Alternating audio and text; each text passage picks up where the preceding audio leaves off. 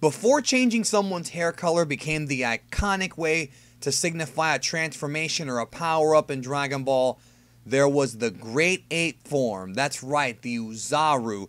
We saw Goku do it, we saw Goku's son Gohan do it, but what is the mystery and mysticism behind the Oozaru form? Where did Toriyama get inspiration from? And just what are the origins of the Great Ape transformation? Well, on this edition of Dragon Ball In Depth, we go behind the scenes and peel back the curtain to tell you everything you need to know about the mystery of the Oozaru.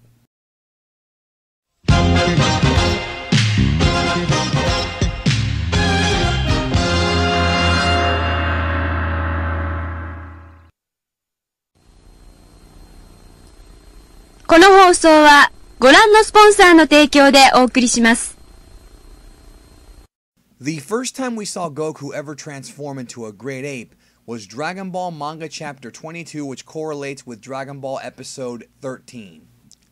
In order to understand Toriyama's mindset behind giving Goku a transformation into a great ape, one must examine the original story that Dragon Ball was based out of, which is Journey to the West. More specifically, its lead character, Sun Wukong, to which Goku is directly derived from. While Goku transforms into an ape, Wukong actually is an ape with a staff and with a cloud, just like Goku. And if you look at some of the early character designs and early concept art for Dragon Ball, one of the original looks for Goku was an actual monkey, but later on was changed to that of a small humanoid boy. But Toriyama's idea of an ape was still in the back of his head, and we would see it come to fruition with the transformation. Now, in Journey to the West, Sun Wukong has the ability to transform himself into various different forms, but the one that comes closest to the Oozaru transformation is when he can grow larger, up to 100,000 meters tall. Now, obviously, Wukong can do it at will, whereas Goku has to be staring into the moon, but we'll talk about that a little bit later. Now, obviously, Journey to the West was a great influence to Toriyama and to Dragon Ball, but it was certainly not the only one. Toriyama loved giant monster kaiju movies, and none resemble the Oozaru more than 1933's King Kong. And just like Japan's counterpart Godzilla, King Kong is hugely popular in Japan and a film that Toriyama saw when he was very young. And naturally, he would base the look of the Oozaru on King Kong.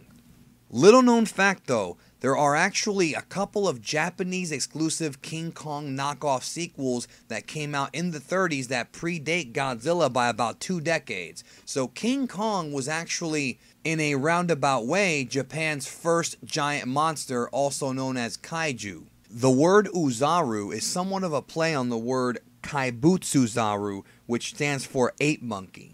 I'm not going to get into the entire etymology or break down the kanji of the word Oozaru and really break down exactly what everything means, but just understand that it's pretty much derived from the fact that in kaiju cinema, a lot of giant monsters have nicknames for their species, and it's easier just to use Oozaru than Kaibutsuzaru. However, the word Oozaru was used in Japan prior to Dragon Ball in an episode of Ultra Q from 1962, featuring a lab monkey that escaped and transformed and became gigantic, and they referred to him as Ozaru. So Toriyama's borrowing from there as well. Throughout the years, a lot of people have wondered why it is that Toriyama wrote it so that Goku only transformed in the moonlight, which is obviously written as somewhat of a story convenience, especially with the situation that Goku and the gang were in when he first transformed. And of course, like most of us, we astutely picked up on the fact that Toriyama was inspired by the Wolfman, or werewolves, men who stare at the moon and become wolves. In this case, Goku stares at the moon and becomes a giant ape. But what I find very fascinating is that if you look at the Tenkaichi Densetsu interview with Toriyama, he actually states that he originally wanted the Oozaru transformation to be just an at-will transformation. In other words, he wanted Goku to be able to tap into that power whenever he wanted to, and then later, as he was writing the story, change it to it being at the moonlight. Perhaps Toriyama felt that Goku would be too powerful, but no worries. As the series progressed, we soon found out that Goku would have tons and tons of more transformations and power to tap into whenever he needed it. Now, one of the more interesting facets of Goku's transformation, which was really explored a lot more later on with Gohan, is the fact that when you become an Oozaru, you still have somewhat of a semblance of control, even though it's not really entirely in there. So Toriyama wrote it as if there were two Gokus or two Gohans. You've got the lighthearted, happy boy, then you've got the monster inside. And of course, we later found out why that monster is inside when Goku's brother showed up, but that's a different story. These two sides to Goku's personality represent the yin and the yang, and when he goes into his Oozaru form, the yin consumes the yang, and he becomes an unstoppable killing machine. You could make the comparison to the Incredible Hulk as well. Very spiritual stuff, and Toriyama uses that here to kind of explain why Goku is so out of control. Now, unlike Sun Wukong, Goku's Oozaru form does have a weakness, and that is, of course, his tail. If you cut off his tail, same thing with his son Gohan, he will lose his Oozaru form and go back into his humanoid form. The reason why Toriyama chose to remove Goku's tail is outlined in Dragon Ball Z's full-color comics Frieza Arc Volume 5 in an interview where he says that the tail was such a nuisance when he was drawing it that he couldn't stand it, so he had to come up with a way where his tail gets cut off. So that is classic Toriyama to a T. During the 21st Tenkaichi Budokai, Goku once again became an Oozaru, and during the tournament, Muten Roshi, disguised as Jackie Chun, destroyed the moon, and this would be the last time we would ever see Goku in his Oozaru form. But much later in the series, in what I consider to be Toriyama's greatest retcon ever, we saw the return of the lore of Goku becoming a great ape with his son Gohan, as well as the arrival of his brother Raditz, who told Goku the truth about his heritage, that in fact he was not human, that he was from the planet Vegeta, and that's why he was able to become a great ape. And that's why his son would also become a great ape. When Toriyama got to writing the Dragon Ball Z portion of the story, you could tell that he sort of went back and re-examined his lore and kind of converted it from a mystical kind of Chinese-influenced adventure to a much more science fiction-y type of quest, where Toriyama would explain a lot of the actual mysticism by saying that, well, Goku was an alien the entire time. In Dragon Ball Z, it's explained primarily by Vegeta that all Saiyans are born with tails, and that in order to become a great ape, one must stare directly at the moon, well, directly at sunlight being reflected from the moon, which represents Brutes waves, and these waves, once linked to the pupils, would initiate the transformation. There has to be at least 17 million Zeno units of Brutes waves for it to actually work. We also find out a couple of very interesting tidbits about the transformation when it comes to these super elites. Turns out that the super elites have an ability to create a ball of energy made of Brutes waves, which creates an artificial moon and can throw it into the skies and stare at it, and it acts as a moon and allowing the individual to transform into an Oozaru. This became very handy when they were in tight spots in their planetary tirades.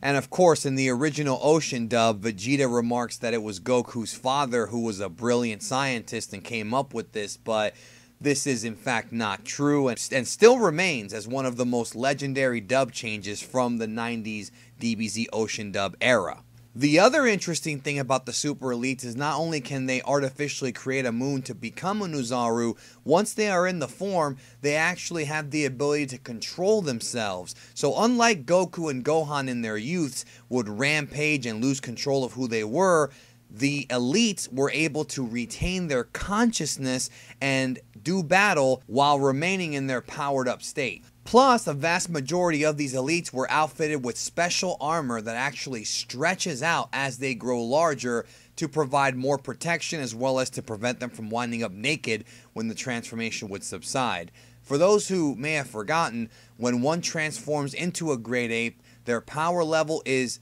multiplied by 10, which might not seem like a lot when you have the super powered god forms of Dragon Ball Super, but back in the early Dragon Ball Z era, a 10 times multiplier was quite a bit of power. As the series progressed, Toriyama kind of forgot about the Uzaru forms and focused mostly on the golden-haired transformations and its subsequent evolutions. And even though we never really got an answer as to why Goten and Trunks don't have tails, one can assume that either Toriyama forgot or maybe Chi-Chi and Bulma had their tails removed when they were born to prevent this kind of outbreak from ever happening again. However, Dragon Ball GT would resurrect the Great Ape form with a new twist. In Dragon Ball GT, after having his tail regrown and staring at the full Earth, Goku transforms once again into an Uzaru, but this time becomes a golden Uzaru, which seems to have a significant increase in power, way stronger than any transformation prior to. But what never made sense to me is how the Earth itself had Brutes waves. This isn't really explained very well, but I guess at some point, because of some kind of reflection, possibly from Planet Plant itself, triggered something in Goku to tap into this new form. Honestly, it really doesn't make much sense, but we then find out shortly afterward that Bulma, under the control of Baby, creates a Brutes Wave generator and transforms Baby Vegeta into a Great Ape as well. This at least makes more sense, as well as follows the scientific route that Dragon Ball Z took. Bulma would of course bust out the Brutes Wave machine one more time during the fight with the evil dragon so that Vegeta could unlock Super Saiyan 4. Now, I'd hate to bring up the elephant in the room, or should I say the monkey in the room, but the Uzaru form did come back kinda sort of in Dragon Ball Evolution, but it was all fucked up because basically in that movie they explained that instead of it being a transformation, that Uzaru is actually like a god that worked together with Piccolo to screw up the Earth before being imprisoned. And they never really explained Goku's alien heritage or his tail or any of that stuff in the movie. It was just that, I guess, Goku was originally an Uzaru and that he became a human. I mean, it's just for the movie, it really makes no sense compared to the series. However, in the Dragon Ball GT Perfect Files guidebooks, the books speculate that the Saiyan race was actually originally Uzaru and later on would evolve and become more intelligent and, I guess, downgrade themselves into their humanoid form. But of course, that's from the GT Perfect Files. I don't know if I really count that as being official, but it might be a source of where the creators of Dragon Ball Evolution got their ideas from. But really, who knows? And honestly, who cares, right? With that being said, I hope you enjoyed this video and I hope you learned something about the Uzaru transformation, its roots, and its journey. And maybe we'll see it again someday, but who really knows? Thanks for watching. I'll catch you down the road.